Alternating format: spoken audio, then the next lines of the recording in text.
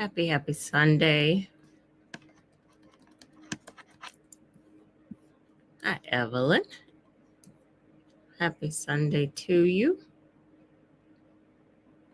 Robert is out on his bike, he says. Crystal is catching the replay. Thank you very much. Thank you. Crystal did some pre-work before she left. Thank you, Crystal. Thank you to the folks who are going to watch in the future. Thank you. Happy Sunday. Hi, Millie. Good morning. Nice to have you here. I think you might be new to our crew, so welcome. Happy to have you here on Sunday. It's been a minute since I have been here with you all, so I'm happy to be here and happy to see some folks here. All right, I'll give it a minute to see if we have some other folks join. If not, I'll get started and we can do what we do. I hope everybody is well this Sunday. Absolutely. Happy Sunday. I'm glad, Evelyn. Happy Sunday, Rosalind.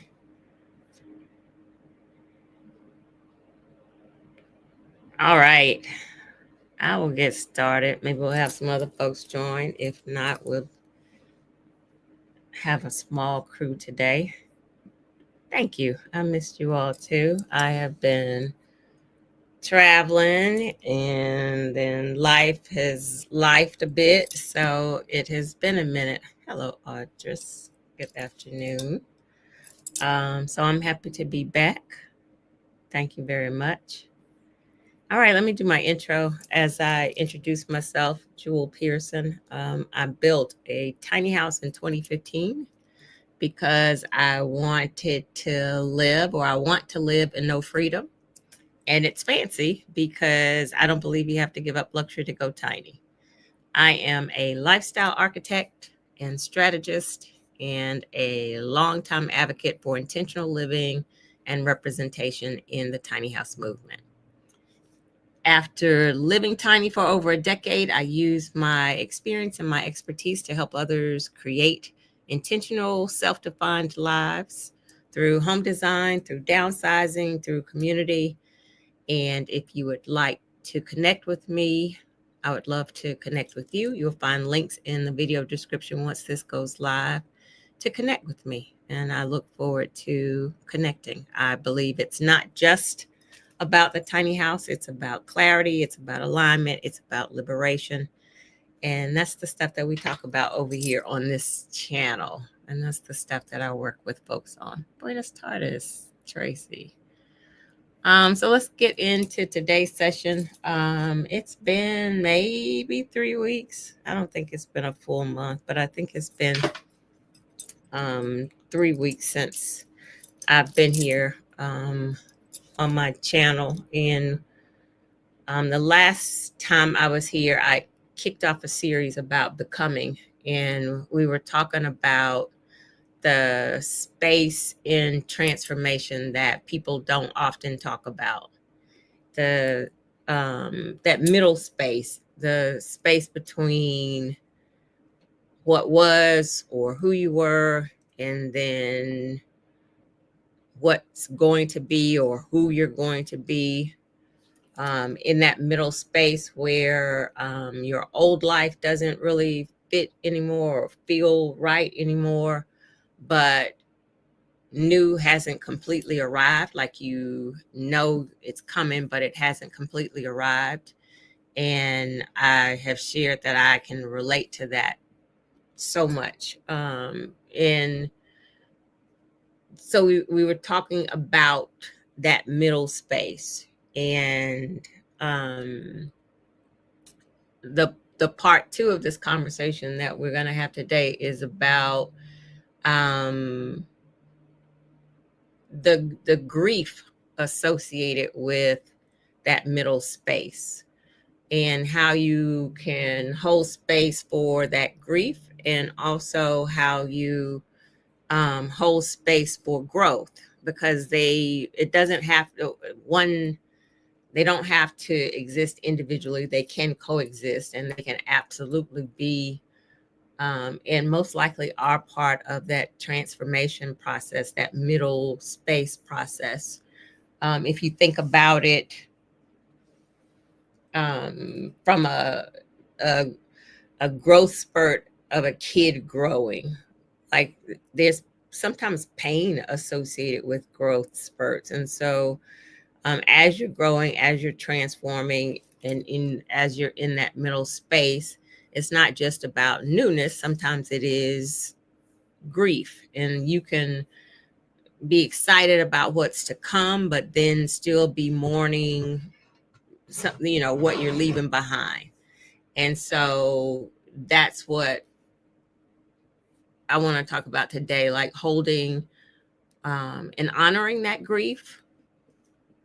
And it can be like, as we talk about tiny houses, it can be the downsizing process, walking away from or leaving a bigger home and downsizing. It could be a job. It could be, as we talk about reinventing yourself, it could be, a new identity, a new you, or a new version of you. And there can be mourning in that process of, hi day,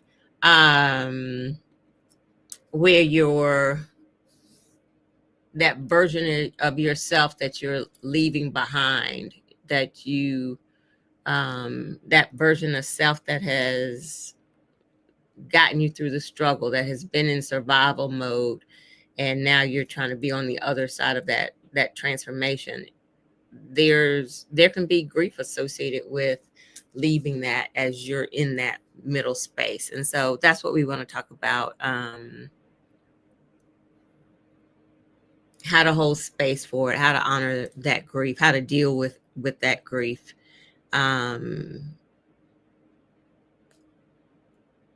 Because you can't ignore it. It's going to be there. And it doesn't mean, so you're letting go of old, you're in that middle space, you're transforming from who you were to what's going to be. And as you're mourning that in that transformation, it doesn't have to mean that you hated that old person or that old what was. It doesn't, because you're mourning doesn't mean that you hated it. And then moving forward doesn't mean that you can't feel some grief associated with it. So it's just recognizing that it doesn't all have to be roses. It doesn't have to all feel good as you're going through this change, and that is normal. Because as we started this conversation, we were speaking about how people don't really talk about that in between space. And so sometimes you're in that in between space and feeling out of sorts, but nobody else is talking about it. So you don't know if what you're feeling is normal, or, you're just feeling weird about it. And so that's the place that we want to talk about this morning, in being able to honor both the grief of release, of transformation, and then the excitement of what's coming. And so when you think about in that transformation space, that middle space, and that middle space can carry on for a long time. It doesn't have to be a brief time in that transformation. I wouldn't say transformation has a time limit. So you could be in that space for a minute or so, and in that space of grieving. And like, as I think about, when I talk about my desire to live in a tiny house, and knowing that I wanted to live in no freedom, also knowing that I wanted to have the opportunity to be irresponsible. the young single mom that I was absolutely in survival mode. And it's okay. I know it's okay to feel some grief around the person who I had to be. That hardness, that harshness, that um, pain of the struggle, the person that, not saying there wasn't any joy, but it was day to day, get through stuff, do this, do that, focus, hardship, trying to navigate having enough money to feed a child and move through life, and life ain't really making it easy. There can be grief and sadness around that self that you had to be. Not that I don't appreciate and respect her, that version of me, because she made me who I am right now. So I honor that, but it also can be like, in hindsight, in this older space, as you wish for ease and enjoyment, there can still be some grief around knowing how hard life was, and oftentimes unnecessarily. I've shared part of my young single mom journey. We know it. Sometimes oftentimes things are harder relative to racism and systems and all of those things that impact us differently. There can still be, and so I like to back stuff up with stories, because there's always somebody going, you always got to bring up racism. Um, but I can't remember who I was talking to now, about young single mom trying to do all the things, didn't have enough money to pay all of my expenses. The one thing that I could let go, because you got to feed your child has to go to daycare, you got to have somewhere to live. So in that life of, this is what I'm bringing in, this is what I need, here's the gap. How do I fill that gap? I don't have any more hours in the day to work. Oftentimes I did have a part-time job in the evening in addition to a full-time job. So the thing that I wasn't paying, because I couldn't afford it, wasn't because I didn't want to pay it, was in car insurance. And after a while, that catches up with you. So the areas where we lived in were areas where there were black and brown, majority black and brown folks. And so the struggle at that time, knowing I didn't have insurance, was the fact that there was always a police presence in the black and brown community. Always a roadblock, always a lot of police. And they, so that's the stress, because if I don't have insurance and I get stopped, then that's a problem. And that was stressful. But what I knew was, I still couldn't afford to get the insurance, but moving out of that area, which is what I ended up doing, moving out of the majority black and brown area, I ain't seen a roadblock since. And so my daughter was 5. She's 38. So when we moved out of that area, she was going to kindergarten, so 5 or 6. I ain't seen a roadblock since. And in that area, I would see a roadblock daily. I still didn't have insurance. But what it allowed me to do was not have to be stressed out that I was going to get stopped until I could get my monies together to take care of getting insurance and getting my tags and doing all of those things. That's racism.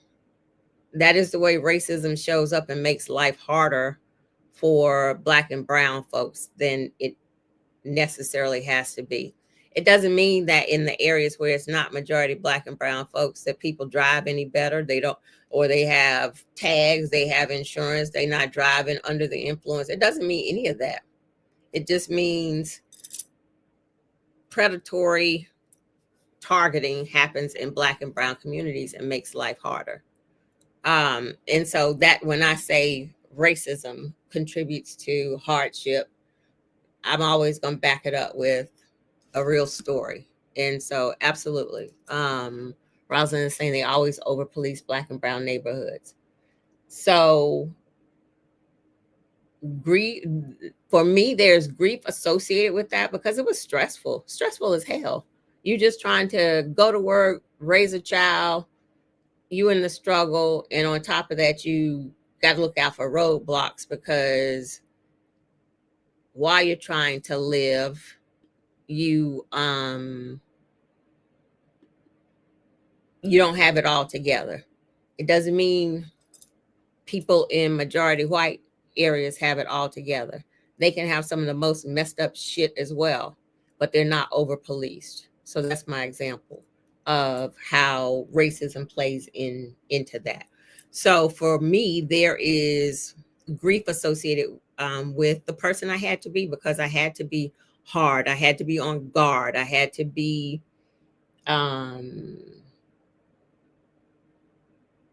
the exterior, the hardened exterior that had to form in order to get through life. There wasn't a lot of time to be soft.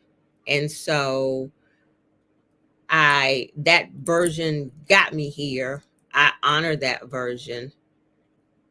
I'm grateful for that version, but there's also grief associated with the self that I had to be. And so that transformation again you can hold grief and sadness around the you that had to, maybe you're in a situation where you want to speak out but you had to be quiet, or the you that kept the peace when sometimes you wanted to again speak out but it was better to keep the peace, or there can be grief associated with that as you're transforming. And the main piece that we know is that that's normal. It's not, you don't just get to forget. You don't, when I say just get to forget, you don't just forget that and then move into this new space. That's what therapy is for and all the things. Thank you, Audrey. Thank you so much. But in that in-between space of who you've been, where you've been, and as you're going to the new, you have to honor all of that and hold space for grief and growth at the same time. There can also be the need to honor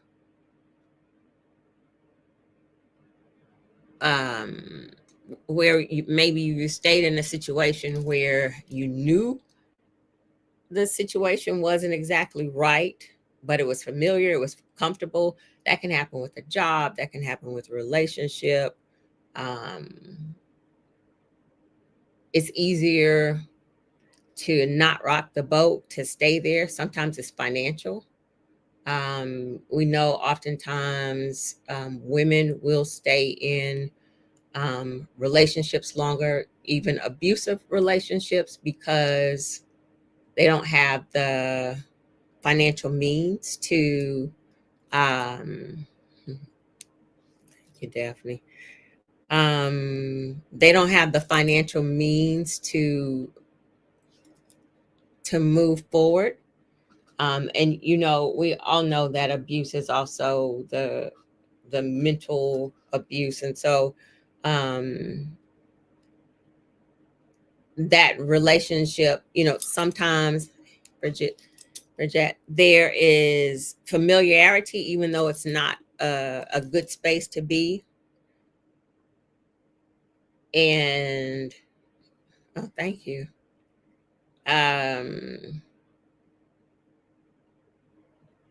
So we got to hold the we're growing, but we also hold space for grief associated with that, or walking away from something that maybe wasn't that bad, but it just wasn't for you.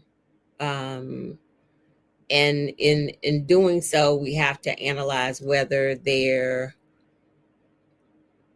is some weight or some grief that we're holding, that is still kind of holding us hostage emotionally, even if we know it's the right choice, but it's still weighing on us. That's the in that in between space. That's the part where we have to do some work to honor that grief and deal with it, figure out how to navigate through it so that we can move through into our transformation. And so it's a whole exercise. It's a lot of exercising personal awareness, self-care, and recognizing that change isn't also always easy to navigate. You might know, you need to change, you want to change, but the process of doing so is tough. And so you have to, again, hold space for both grief and growth at the same damn time.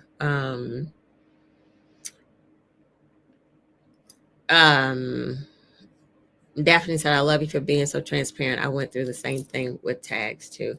Listen, I tell anybody who will listen, the struggle as a young single mother. I specifically, going through it, obviously it was hard, it was embarrassing, but as I have worked in corporate America and worked in majority white spaces, one of the things that I learned is how they are so out of touch with often, I don't want to generalize everybody, they are so often out of touch with the reality of life and the stereotypes and perceptions that they have of Black folks. And early on in working in those spaces, I recognized the stereotypes that were associated with single motherhood and tattoos and long fingernails and things like that, where the perception is that person can't be educated, that person can't be a good person, things like that. And it became, it became my mission to to to straighten that out and tell my story. So like where you feel comfortable with me because you think I'm a different Black person. I'm that same Black person. I am the same Black person who had legal trouble because I couldn't pay for my tags. You don't have tags, you don't have insurance. If you get stopped, there's the potential you're gonna get a ticket, you're gonna get your car towed, you might go to jail. Ask me how I know. And it wasn't because I didn't want to pay my tags. It wasn't any of that. It was I was in the damn struggle. I have shared stories of feeding a child, trying to feed a child, and being like sometimes right there, payday is a few days away, and or make a casserole. There's a story making a casserole and with the stuff I had in the refrigerator, and that was going to hold us over till I got paid, and went to take the casserole out of the oven and dropped the dish, and it was glass, and now we can't eat it because I don't know if glass is all in this food. And I cried. I boo-hooed. I remember that like it was yesterday. And my daughter was 5 when that happened. I remember the emotion. I remember the hurt. I remember the all of the feelings like it was yesterday. I remember the fear of, um, absolutely. I remember the fear of driving down the highway, Peachtree Industrial, and seeing a cop behind me or a few cars back, and the panic that would set in. And, my daughter's in the car, and is he going to run my tags? Like, my nervous system was always in disarray because it was a lot. And so I tell the story to everybody because when you're, as Rosalind just said, when you are the safe Negro at work, exactly, they're not looking at me like that black person that they've got the stereotype about. And then I tell them, it that person doesn't look like whatever you have in your mind. I have been that person. I have been in the struggle. I have, um, existed in all of those places. And like I said, I talk about the racism because shit didn't have to be that hard. Um, if our community wasn't over policed, you can get just as many white people in their neighborhood who don't have their shit together as you can in black and brown communities, but racism. And so I'll tell the story about my tags and being in that space all the time because, one, I was so, uh, it was years. Once I moved out of a predominantly black and brown community, it was years before, because you don't have the money, the tags, fees keep assessing. And so, something that was maybe $150, then ends up being 12 times that, by over the years, with the fees and all of the things. And so it took a long time for me to get all of that stuff together. License gets suspended, this happens, and you got to get all of that together. It was years before I got it all together, but I never got stopped again. And like I said, the only difference was I didn't live in that area anymore. And so the relief I felt when I finally got to the point where I could pay that stuff off and drive legit. Now, I wasn't, riding dirty as we know it. But then the stress of all of those years, you know, that is that's the hardship of our life. And it's my, like, I feel responsible for making sure we're in the tiny house movement. I feel responsible for, um, young people understanding. So understanding that, especially folks that look like us, that because the thing for me, I was 19 when had my daughter, and there, so many absolutely, so many stereotypes associated with young single, motherhood, and I knew I wasn't going to be that stereotype. And so I share my story, um, because I want young folks who look like me to know that there's opportunity and something good on the other side of that. And it doesn't have to be the, absolutely, car insurance. And, I'm gonna come back to that. It doesn't have to, be what society says it's gonna be. They're my daughter went to North Carolina Central. She graduated summa cum laude. My daughter went to Harvard Law. That's not anything that folks feel like can happen from a young Black single mother. So there's opportunity. There we are not we don't have to be. We're not what white gaze wants to assign to us. Is why I tell this story. Um, Rosalind is saying car insurance can often be significantly less expensive in melanemic zip codes. There was when I lived in Atlanta, there was absolutely a story about, I cannot think of the Black community, Cascade. Is it Cascade? What's the upscale Black community over there? State Farm got, there was an investigation, the news did an investigation about how homeowners insurance was, I think it was off of Cascade, was so much higher for Black folks in those areas. Not because it was a bad area, it wasn't a crime-ridden area. They had just decided they were jacking up the cost of homeowners insurance in that area that was predominantly Black. That is, excuse me, absolutely racism, and that exists. That exists. Yes, Cascade. That exists throughout the country, and it is the racism that we know that we experience. That the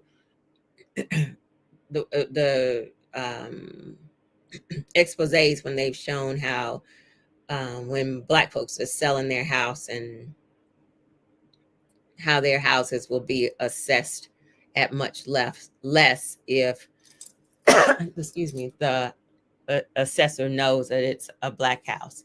But if they think it's a white person's house, then hundreds of thousands of dollars increase. Yeah, but now I'm off on a tangent. But anyway, that is the why of my story. It is the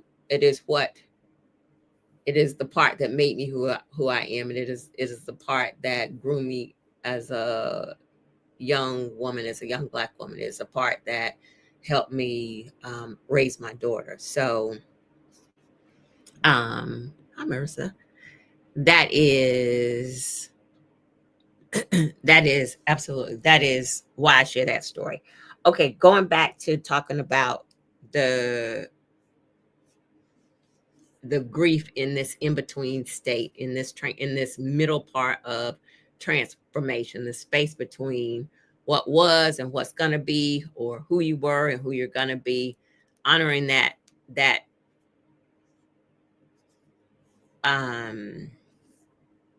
the grief that can show up. Because even as you make the transition, and you're making that transition into greatness, it doesn't mean that grief isn't going to show up. That old life, the old person that you were, even as you, hi Elsie, even as you morph into the butterfly from being the caterpillar in the metamorphosis, it doesn't mean that you don't mourn the caterpillar. It doesn't mean that the grief is done. The grief can still catch up. And I don't feel like we should ignore it. We have to honor it and acknowledge it and process it.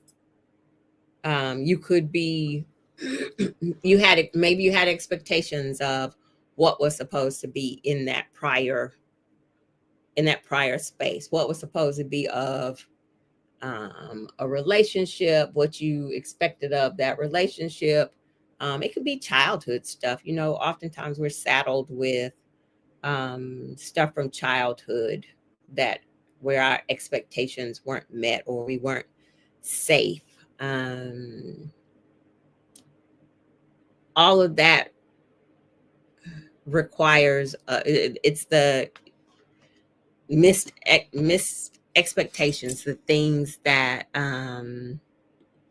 absolutely, the things that never happened where we had expectations. There's mourning associated with that as well, and we have to acknowledge it and process it and honor it, because oftentimes when you try to bury it, you can't really go into the what will be if you're burying the grief, like you just creating baggage. And so if you don't give space for like what never was, the things, timing was wrong, things just never happened like you expected them to happen. So those are the like invisible things, that invisible grief. But we have to acknowledge that and process that. And there's a lot of that for us in Black womanhood, in our healing journeys. And if we're not doing the work to hold the grief and hold the growth in the transformation process, we're not, it's difficult for us to be successful in that transformation, in that new space, if we don't um, honor that. What else?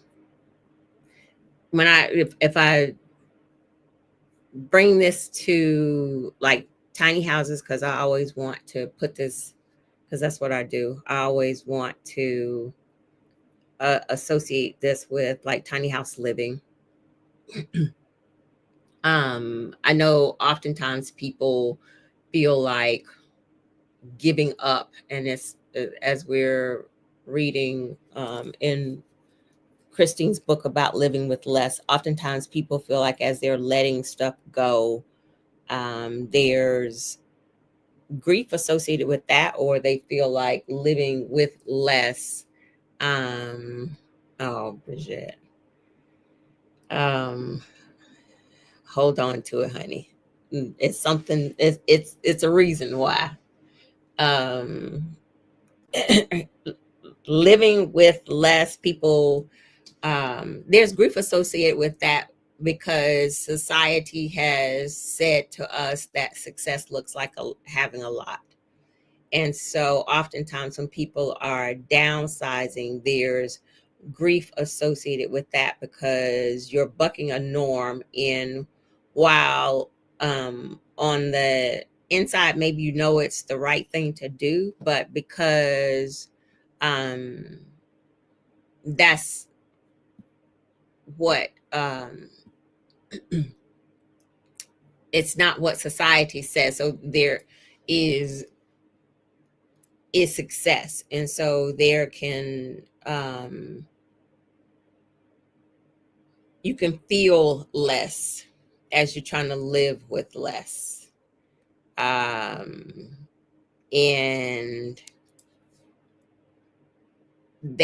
that's a honest reaction, and it's a common reaction, and um it's again something that you have to process along with the transformation. And I always talk about this downsizing process as my journey to tiny living, and in my workshops. It's not just about stuff and downsizing stuff. It is about things. It's about people, expectations. It's about old you. And so there's a lot just in that place of downsizing that can cause grief. The one of the main thing, one of the big things I talk about in the workshops, my big workshop in the letting go, is understanding that as you're changing, as life changes are happening, and it doesn't necessarily just have to be with a tiny house or downsizing. As you're changing, not everybody around you um, can go with that change.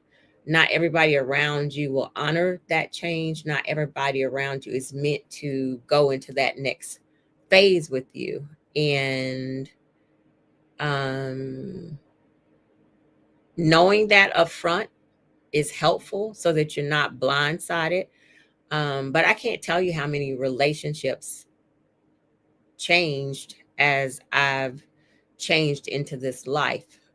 Right out the gate, moving into a tiny house, major relationships shifted, and I didn't see it coming. And when I say they shifted, it was like they just ceased to exist without a conversation. And I'm trying to reach out, yo, did I do something? Did something happen? And there it was radio silence. And what I had to learn and process again was, as you're shifting, as you're changing, um, you have to expect that, you have to know that people, places, and things around you can shift. And things that you felt like were solid, that you maybe take with you to the grave, doesn't necessarily mean that. And that can be friendships, that can be family, and knowing that up front helps, but it still is a lot of grief associated with it. And so um transformation is going to hold some grief. Growth, as you're moving to growth, is going to hold some grief. But it also and so it's not all bad, because as you're lightening the load, and sometimes it takes getting way on the other side of that loss to recognize that maybe it was good for you, but that can take a long time to figure out. Especially like romantic relationships, you can go through it and you can be in the grief stage for a long, long time, and then years later you recognize, oh, he was a buster, and I should have been gone from the relationship. But it takes time sometimes to get there.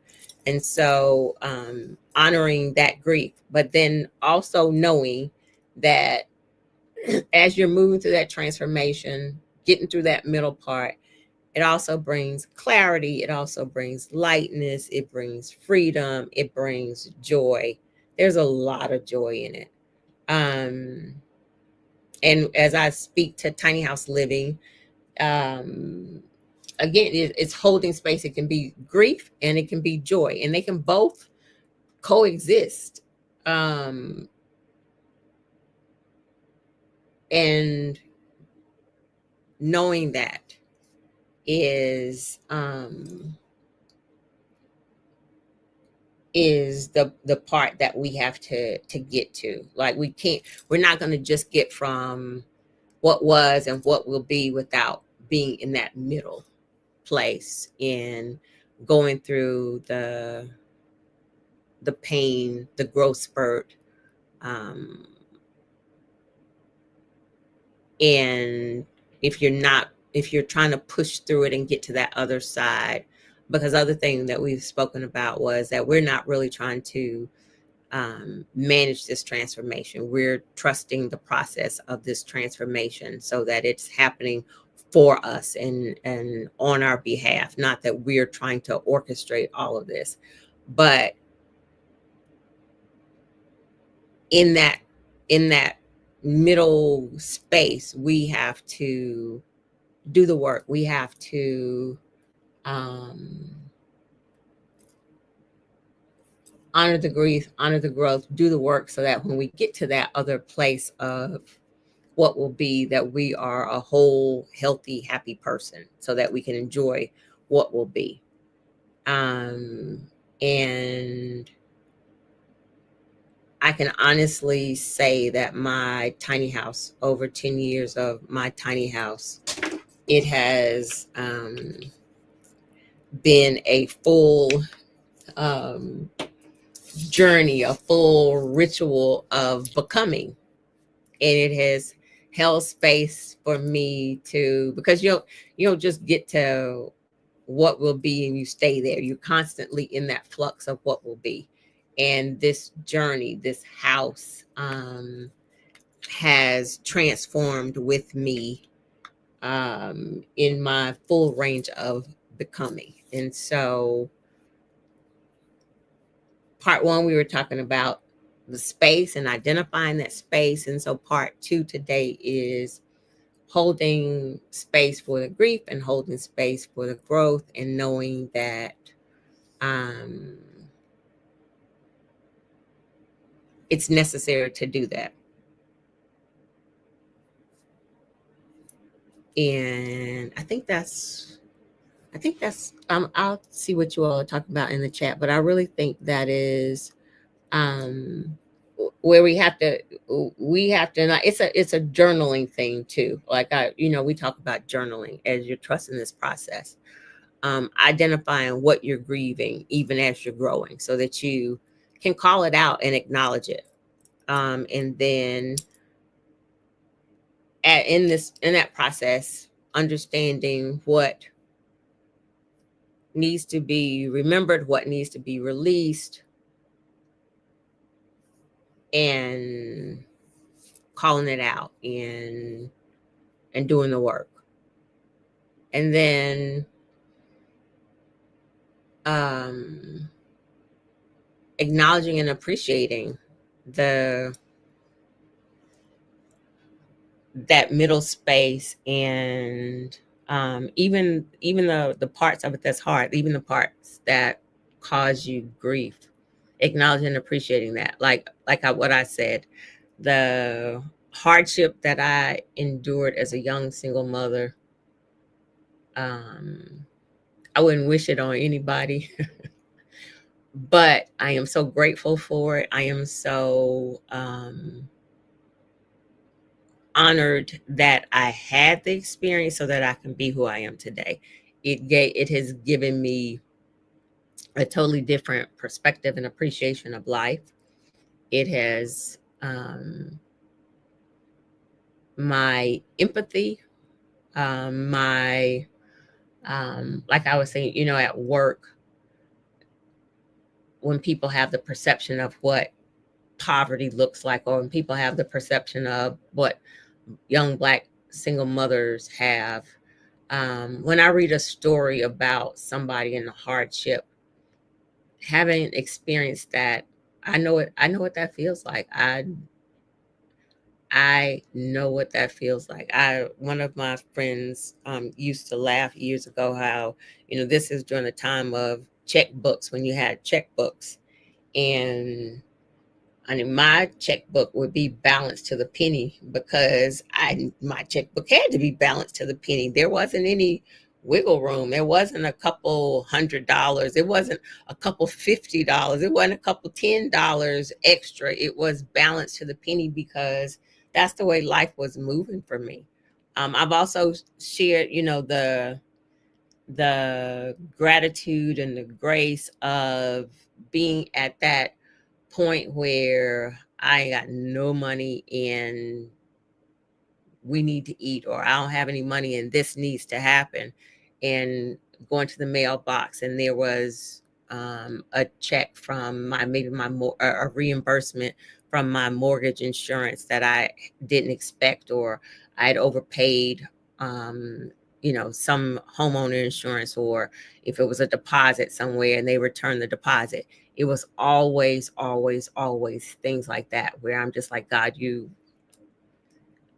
know where I am. So I'm always grateful for that. I've always been able to walk in that way, but it absolutely made me who I am, and I honor that. But it was also harsh, unnecessarily harsh, and so there's grief associated with who I had to be at such a young age. So I thank myself. I think that feeling. I think that grief. I think that hardship because it has allowed me to, in that middle space, it allowed me to transform and grow. And so that is where I feel like um, we got to stay focused on holding space for grief and growth.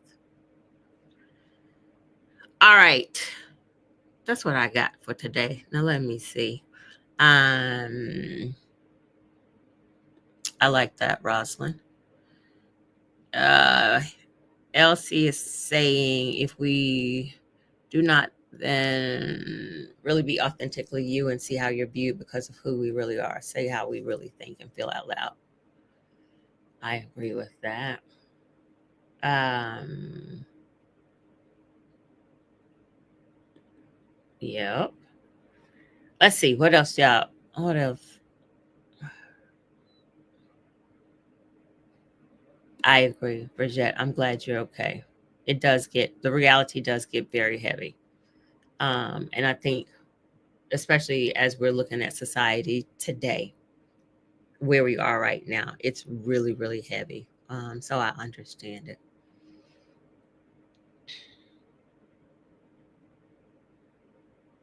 I agree, Audra. um, Thank you, Darlene. I'm guessing your phone has died. But thanks for being here. My house is a lighthouse, absolutely. I like that. I like that metaphor, Evelyn. Thank you. Hello, Harlem Minded. Buenos tardes. Um, Khadijah. All right, good people. That's what I have for y'all today. I think I think I got one or two more parts of this becoming series. That middle space, holding space for grief and growth. And that's what we got. What else do I have? I have a lot to catch up on. If I owe you something, I am so sorry. I'm getting my life together. This week has been, many of you know my I share my Aunt Mary on social media. She just turned 102 on, not this past Friday, Friday before last. She turned 100 and she turned, I think, is it the 13th? It's her birthday, the 11th, 7/11 or 7/13. I can't remember right off, but she turned 102, and that was on Friday. And then Tuesday, she fell and broke her hip. And she has never had surgeries or anything, and she fell and broke her hip. And so I have been navigating that space with her this week and getting her through surgery and at the hospital with her. And hospitals are heavy, heavy spaces. And so, absolutely, Bridget. That is what I have been doing this week. And so I'm trying to, thank you, Bridget. I am trying to get my life together on top of deal with that. Um, I don't think I have anything. I've got some stuff coming up.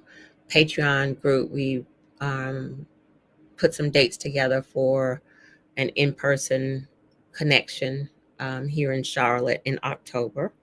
So if you're in Patreon, then you know about that. Thank y'all for the prayers for my Aunt Mary. Um, and so that's exciting. I'm excited about that. So I'll be getting all the things together, and we'll talk again soon. I hope everybody has a great week. Stay hydrated if you're in one of the, I think I saw something before I started my live about a heat wave throughout the country, flooding. Like we've got all of the things happening. So um, be safe and take care of yourself and stay in community somewhere. That's the thing we keep focusing on, the need for us to be in community, be in spaces where we're nourished and encouraged and safe and all of the things. So make sure that you're doing that And you're showing up, getting what you need, and also giving. Reciprocity is everything, so don't forget that. All right, thank you. Have an amazing week. It was good to see you all. Thanks for showing up. I appreciate you all. I have missed you all, and I appreciate you being here with me. All right, I will talk to you all soon. Take care, everybody.